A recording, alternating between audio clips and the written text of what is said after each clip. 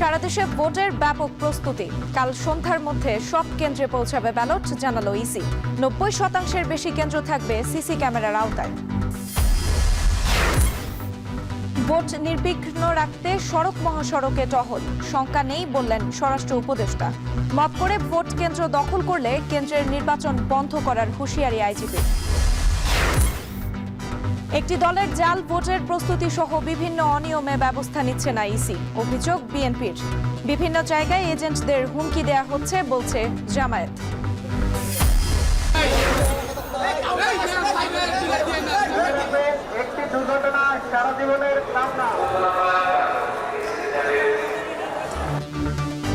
Vote উৎসব ঘিরে রাজধানী ছাড়ছেন লাখো মানুষ। লঞ্চ, বাস, ট্রেনে উপচে পড়া ভিড়, মহাসড়কে দীর্ঘ যানজট, সুষ্ঠু নির্বাচনের প্রত্যাশা। এবং নির্বাচনের আগে সম্পদের বিবরণী প্রকাশ উপদেষ্টা সহ তাদের স্ত্রীদের। প্রধান উপদেষ্টার সম্পদ 15,62,00,000, কমেছে রিজওয়ানার। আসিফ মাহমুদের 15 লাখ, মাহফুজের 12.5 লাখ।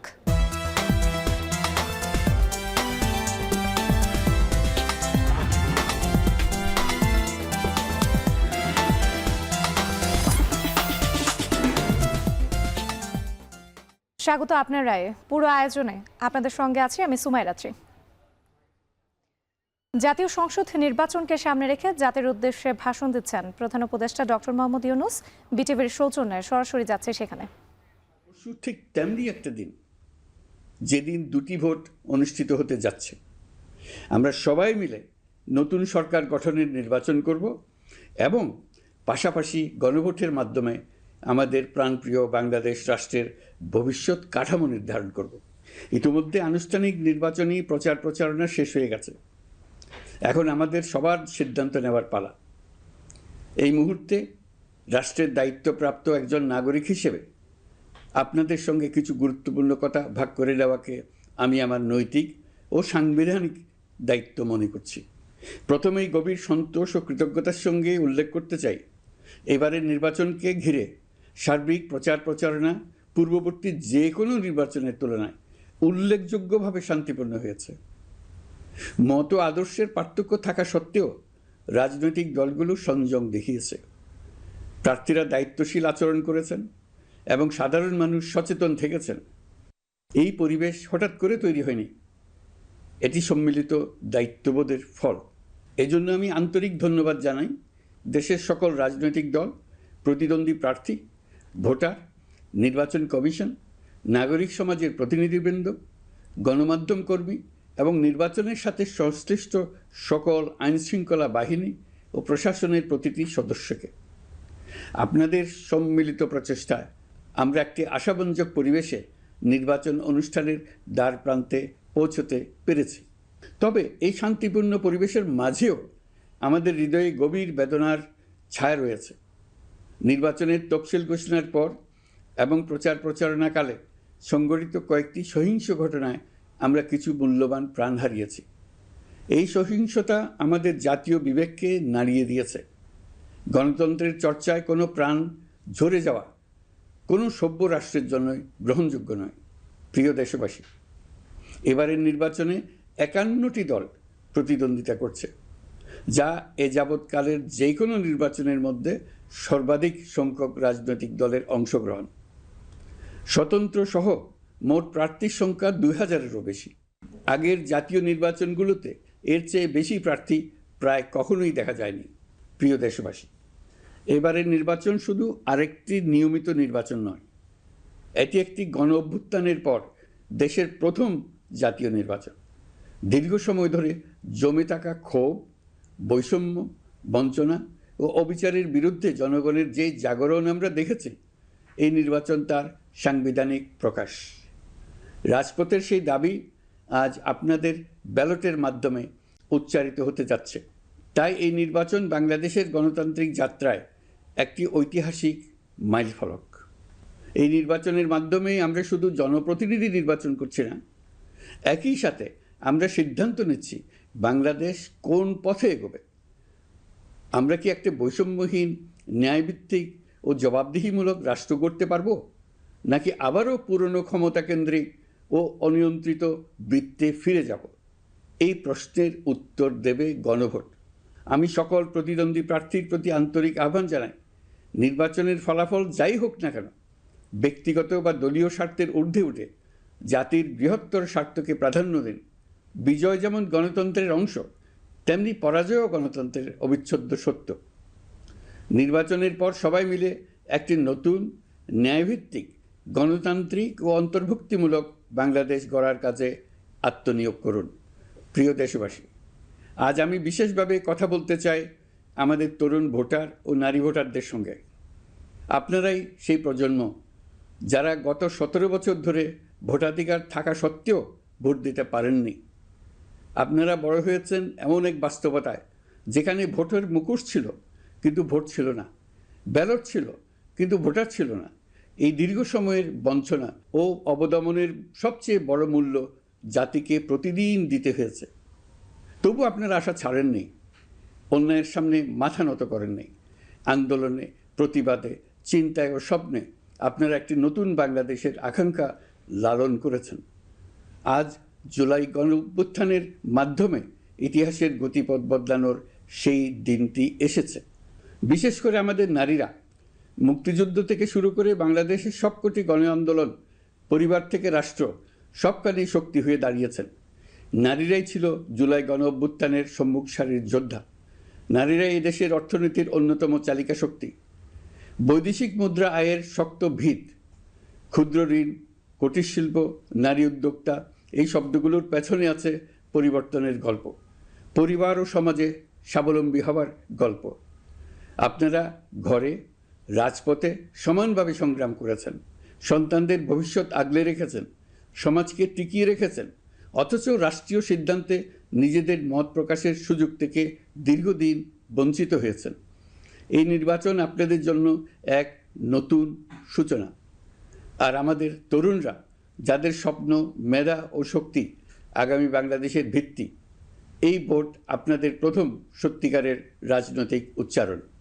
তাই আমি আপনাদের কাছে অনুরোধ নয়, দাবি জানাচ্ছি, ভয়কে পেছনে রেখে সাহসকে সামনে এনে ভোট কেন্দ্রে যান।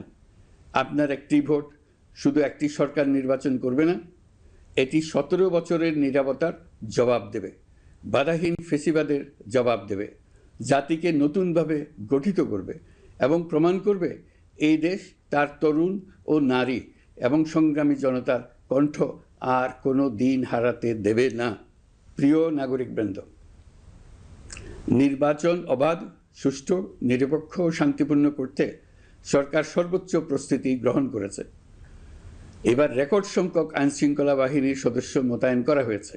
পাশাপাশি ম্যাজিস্ট্রেসি ক্ষমতাসম্পন্ন সশস্ত্র বাহিনীর সদস্যদেরও ব্যাপকভাবে দায়িত্বে রাখা হয়েছে, যাতে যে কোনো ধরনের বিশৃঙ্খলা বা সহিংসতা দ্রুত ও কঠোরভাবে প্রতিহত করা যায়। আমি গভীরভাবে বিশ্বাস করি তারা সকলেই ঈমান, দেশপ্রেম ও কর্তব্যনিষ্ঠায় উজ্জীবিত হয়ে তাদের উপর অর্পিত মহান দায়িত্ব সুষ্ঠু ও সুচারুরূপে পালন করবেন। প্রযুক্তির সর্বোচ্চ ব্যবহার নিশ্চিত করতে প্রথমবারের মতো সারা দেশে ব্যাপক পরিসরে সিসি ক্যামেরা স্থাপন করা হয়েছে।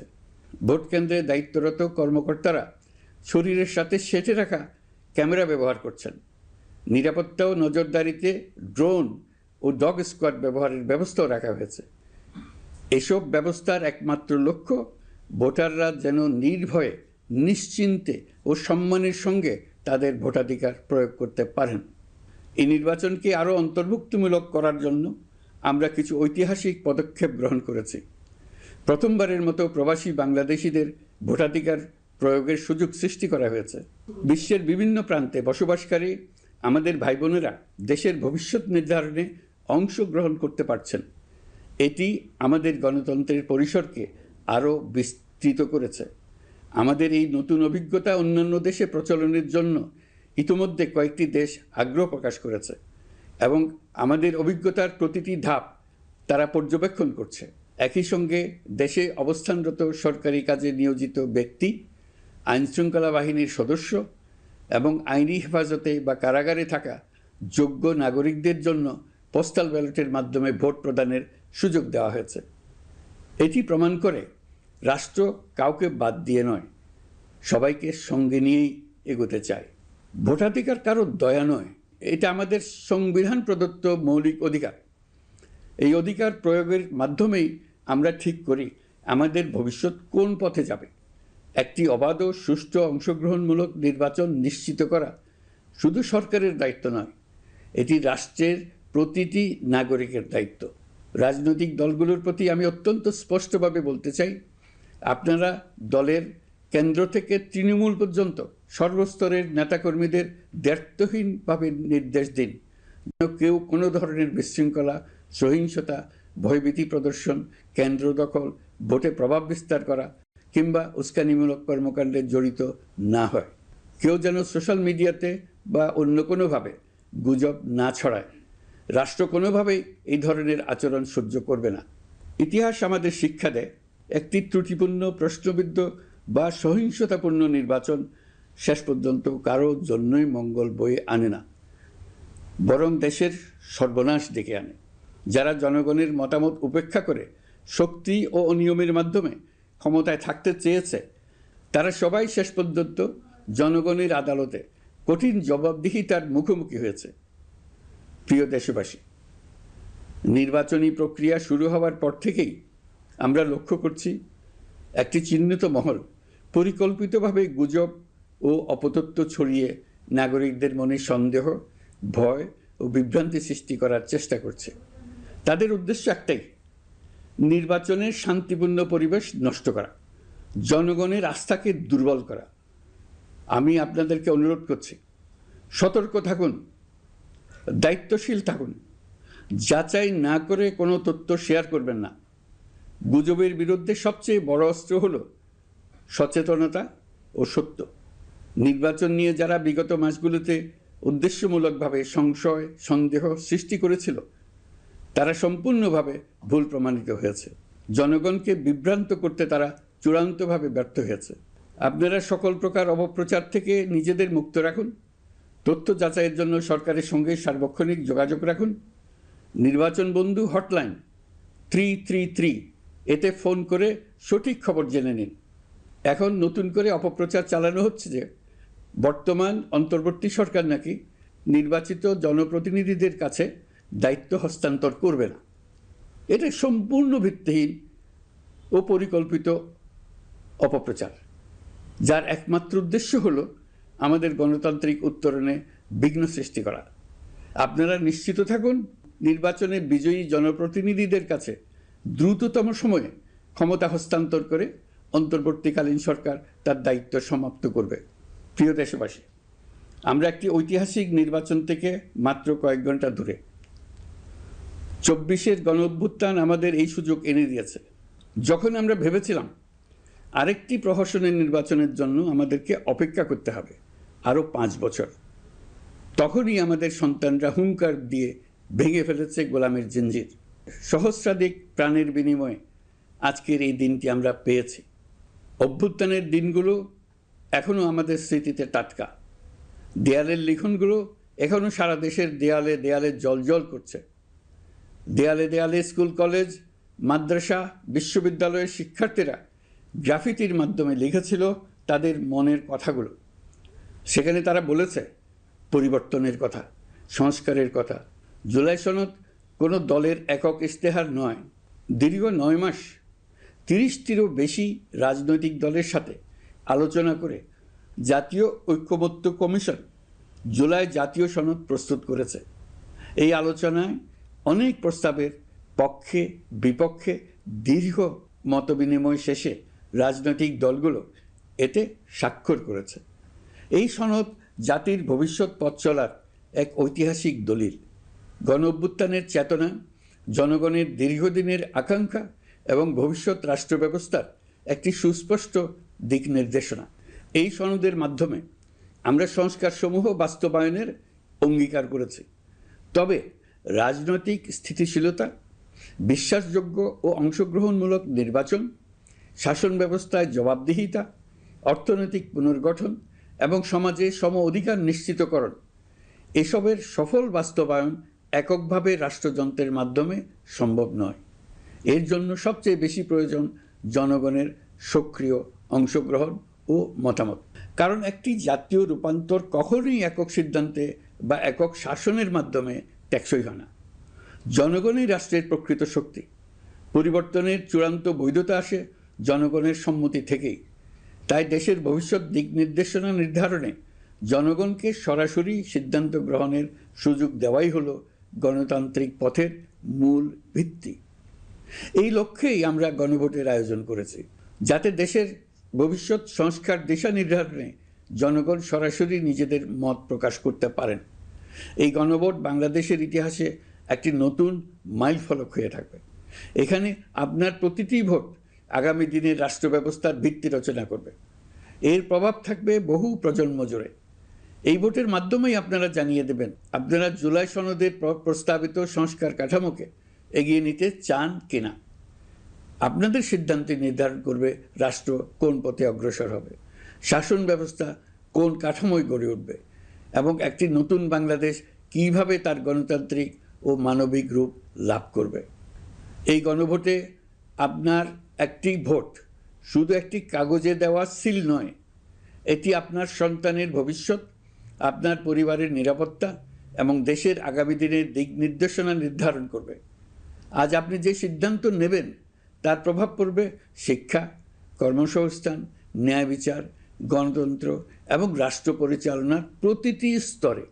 এটি এমন একটি মুহূর্ত যেখানে নাগরিক হিসেবে আপনার দায়িত্ব ও অধিকার এক বিন্দুতে এসে মিলিত হয়েছে। আমি তাই আপনাদের সবাইকে এই গণভোটে সক্রিয়ভাবে অংশগ্রহণ করার জন্য আহ্বান জানাচ্ছি। অবশ্যই ভোট দেন, নিজের ভবিষ্যৎ নিজে নিশ্চিত করুন। আসুন আমরা সবাই মিলে দায়িত্বশীলতা, সচেতনতা ও শান্তিপূর্ণ অংশগ্রহণের মাধ্যমে এই ঐতিহাসিক মুহূর্তকে সফল করে তুলি। ভয় নয়, আশা নিয়ে, উদাসীনতা নয়, দায়িত্ববোধ নিয়ে, বিভক্তি নয়, ঐক্যের শক্তি নিয়ে আমরা ভোট কেন্দ্রে যাব। একটি অবাধ, সুষ্ঠু ও বিশ্বাসযোগ্য গণভোটের মাধ্যমে আমরা প্রমাণ করব বাংলাদেশের জনগণ নিজেদের ভবিষ্যৎ নিজেরাই নির্ধারণ করতে জানে। আপনার ভোটেই রচিত হবে গৌরবময় আগামী বাংলাদেশের ইতিহাস। প্রিয় দেশবাসী, নির্বাচন হয়ে গেলে নির্বাচিত সরকার দ্রুত দায়িত্ব গ্রহণ করবে। তার সঙ্গে শেষ হবে অন্তর্বর্তী সরকারের দায়িত্ব। আমরা অত্যন্ত আনন্দের সঙ্গে এবং গৌরবের সঙ্গে নবনির্বাচিত সরকারের কাছে দায়িত্ব অর্পণ করে তাদের সর্বাঙ্গীন সাফল্য কামনা করে বিদায় নিয়ে নিজ নিজ কাজে ফিরে যাব। আমরা এই শুভ মুহূর্তের জন্য অধীর আগ্রহে অপেক্ষা করছি। প্রিয় দেশবাসী, আপনারা দলে দলে সপরিবারে উৎসবমুখর পরিবেশে ভোট কেন্দ্রে উপস্থিত হয়ে দ্বিধাহীন চিত্তে আপনার ভোটাধিকার প্রয়োগ করুন। আপনার মূল্যবান ভোট দিয়ে নতুন বাংলাদেশ গড়ার দরজা খুলে দিন। দেশের চাবি আপনার হাতে, সেই চাবিটি সঠিকভাবে ব্যবহার করুন। আল্লাহ আমাদের সঠিক পথে পরিচালিত করুন। এবারের ভোটের দিন হোক নতুন বাংলাদেশের জন্মদিন। আল্লাহ আমাদের তৌফিক দেন। প্রিয় দেশবাসী, আসুন উৎসবমুখর নির্বাচন বাস্তবে রূপায়িত করে এই দিনটিকে ইতিহাসের স্মরণীয় দিন হিসেবে প্রতিষ্ঠিত করে রাখি। সবাইকে আন্তরিক ধন্যবাদ। আল্লাহ হাফেজ। ভোটের বাকি আর মাত্র একদিন, সারা দেশে চলছে ভোটের প্রস্তুতি। ইসি আবুল ফজল মোহাম্মদ সানাউল্লাহ জানিয়েছেন, কাল সন্ধ্যার মধ্যে সব কেন্দ্রে পৌঁছাবে ব্যালট। এছাড়া ভোট কেন্দ্রের নিরাপত্তায় 90% বেশি কেন্দ্র সিসি ক্যামেরার আওতায় থাকবে বলেও জানান তিনি। বলেন, অতীতের যে কোনো নির্বাচনের চেয়ে এবারের পরিবেশ ভালো। বিস্তারিত জানাচ্ছেন মিয়া আমিরুল। নির্বাচনী প্রচারণা গুছিয়ে প্রার্থী ও ভোটারদের অপেক্ষা 12 ফেব্রুয়ারি সকালের। দেশব্যাপী 299 আসনে প্রস্তুত প্রায় 43,000 ভোট কেন্দ্র। রিটার্নিং অফিসারের দপ্তর থেকে বুধবার আনুষ্ঠানিকভাবে পৌঁছাবে ব্যালট। মঙ্গলবার ইসি সচিবালয় নির্বাচনে আইন শৃঙ্খলা পরিস্থিতি সহ সমসাময়িক বিষয়ে গণমাধ্যমে কথা বলেন নির্বাচন কমিশনার সানাউল্লাহ। জানান, ঝুঁকিপূর্ণ কেন্দ্রগুলোতে আইন শৃঙ্খলা বাহিনীর সংখ্যা বাড়ানো হচ্ছে। বডি অন ক্যামেরা আনুমানিক 25,000 ডিপ্লয় হচ্ছে। স্থানীয় পর্যায়ে আমাদের আইন শৃঙ্খলা রক্ষাকারী সেল আছে। এই সেলগুলো এই সংবেদনশীলতা বিবেচনায় ওখানে ডেপ্লয়মেন্ট প্ল্যান করে থাকে, ফোর্স প্রিপজিশনিং করে থাকে। এগুলো অনেক টেকনিক্যাল ব্যাপার। ন্যূনতম ধরেন একটা কেন্দ্রে পরিপত্র অনুযায়ী থাকার কথা 15 জন। এই সংবেদনশীলতার নিরিখে কোনো জায়গায় সংখ্যাটা বাড়বে। আবার কোনো কোনো জায়গায় গ্রুপিং করে ওখানে আরেকটা ফোর্সকে ডিপ্লয় করা থাকবে। নির্বাচনী পরিবেশ ও অগ্রগতি নিয়ে 2 ঘন্টা পর পর ব্রিফিং করবে নির্বাচন কমিশন। তার পক্ষ থেকে আর করণীয় গণভোট ও সব সংসদ সম্পাদন নির্বাচনের করেছেন। চূড়ান্ত ফলাফল একই সাথে জানানো হবে। দুটো ফলাফলই আমরা সাইমালটেনিয়াসলি দিতে থাকবো এবং দিব, ঠিক আছে? কারণ আর কেন্দ্রেও দুটো ব্যালটই একই সাথে সাইমালটেনিয়াসলি গণনা করা হবে। পদ্ধতিটা আবারও বলে দেই যে ভোট গণনা শেষ হওয়ার সাথে সাথেই প্রিজাইডিং অফিসার গণনা কার্যক্রম হাতে নেবেন। সেখানে বাক্সগুলো অফলোড করার পরে সাদা ব্যালট তথা জাতীয় সংসদ নির্বাচনের ব্যালট আলাদা করা হবে, আর পিঙ্ক ব্যালট বা গোলাপি ব্যালট যেটা গণভোটের ব্যালট সেটাকে আলাদা করা হবে। গণনা কার্যক্রম একই সাথে শুরু হবে। তা না হলে দেখা যাবে জাতীয় সংসদ নির্বাচনের ফলাফল পাওয়ার পরে এজেন্টরা দৌড় মেরে চলে গেছে, আর কেউ থাকবে না। আবার যদি আপনি গণভোটের ফলাফল আগে ডিক্লেয়ার করেন, অস্থিরতা তৈরি হবে বাইরে। সো আমরা দুটোর কোনোটাই করতে চাই না, একসাথে করব। এদিন নির্বাচনের আনুষঙ্গিক বিষয়ে সিসির সাথে সাক্ষাৎ করে ইউরোপীয় ইউনিয়নের পর্যবেক্ষক দল। মিয়া আমিরুল, এখন, ঢাকা। জনগণের আস্থা অর্জনে অতীতের সবচেয়ে নিরাপদ নির্বাচনের জন্য প্রস্তুত প্রশাসন। সকালে ত্রয়োদশ জাতীয় সংসদ নির্বাচনের সার্বিক আইন শৃঙ্খলা পরিস্থিতি নিয়ে সংবাদ সম্মেলনে কথা বলেন পুলিশের আইজিপি বাহরুল আলম। মপ করে কোনো ভোট কেন্দ্র দখলের ঘটনা ঘটলে সেখানে ভোট গ্রহণ বন্ধ করে দেয়া হবে বলেও জানান তিনি। অন্যদিকে এবারের নির্বাচনে ইতিহাসের সর্বোচ্চ সংখ্যক আইন শৃঙ্খলা বাহিনী মোতায়েন করা হয়েছে বলে দাবি করেছেন স্বরাষ্ট্র উপদেষ্টা। বাকিটা জানাচ্ছেন রাজু আহমেদ। দুয়ারে কড়া নাড়ছে ত্রয়োদশ জাতীয় সংসদ নির্বাচন, চলছে সবশেষ প্রস্তুতি। নির্বাচনী প্রচারণার আনুষ্ঠানিক পর্দা নামার পর মঙ্গলবার সকাল থেকেই জোরদার করা হয় রাজধানীর নিরাপত্তা। শহরের গুরুত্বপূর্ণ স্থানে মোতায়েন করা হয় পুলিশ, র্যাব ও বিজিবি সদস্যদের। এদিকে নির্বাচনকে সামনে রেখে সার্বিক আইন শৃঙ্খলা পরিস্থিতি নিয়ে সংবাদ সম্মেলন করেন পুলিশের মহাপরিদর্শক বাহরুল আলম। জানান, জনগণের আস্থা অর্জনের সর্বকালের সবথেকে নিরাপদ ইলেকশনের জন্য প্রস্তুত প্রশাসন। সুষ্ঠু নির্বাচনের জন্য নেওয়া হয়েছে 3 স্তরের নিরাপত্তা ব্যবস্থা। প্রহরা পরিচালনার জন্য এর বাইরে ভ্রাম্যমাণ পুলিশের দল থাকবে।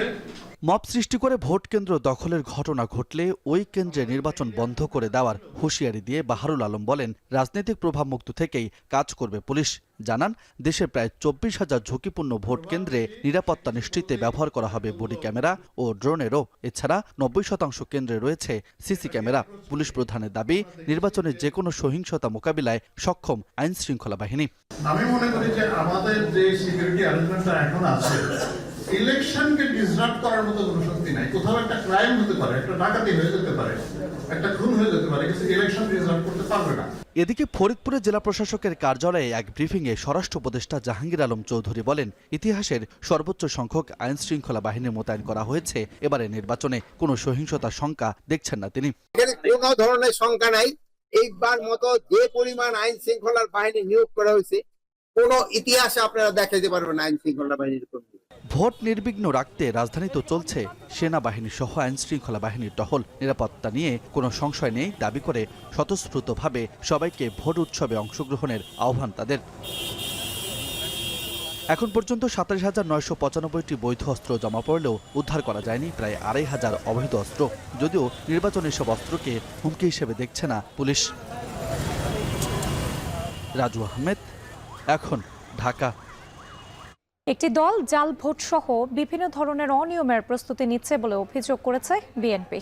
বিকেলে সিএসির সঙ্গে বৈঠক শেষে এমন অভিযোগ করেন দলটির নির্বাচন পরিচালনা কমিটির চেয়ারম্যান নজরুল ইসলাম খান। বৈঠকে পোলিং এজেন্টদের সামনে প্রকাশ্যে ব্যালট বাক্স রাখা ও নিরাপত্তা লক করা সহ সিএসির কাছে বেশ কয়েকটি দাবি জানানো হয়েছে বলেও জানান তিনি। নির্বাচনী আইন এবং আচরণ বিধি অনুযায়ী যাতে সবাই যার যার ভূমিকা পালন করে, এটা যেন কঠোরভাবে মনিটরিং করা হয় এবং বাস্তবায়ন করা হয়। এই ব্যাপারে যেন কেউ এমন ভূমিকা পালন না করে যাতে মনে হয় যেন তারা কোনো বিশেষ দল বা কোনো প্রার্থীর পক্ষে, এটা যেন না হয়।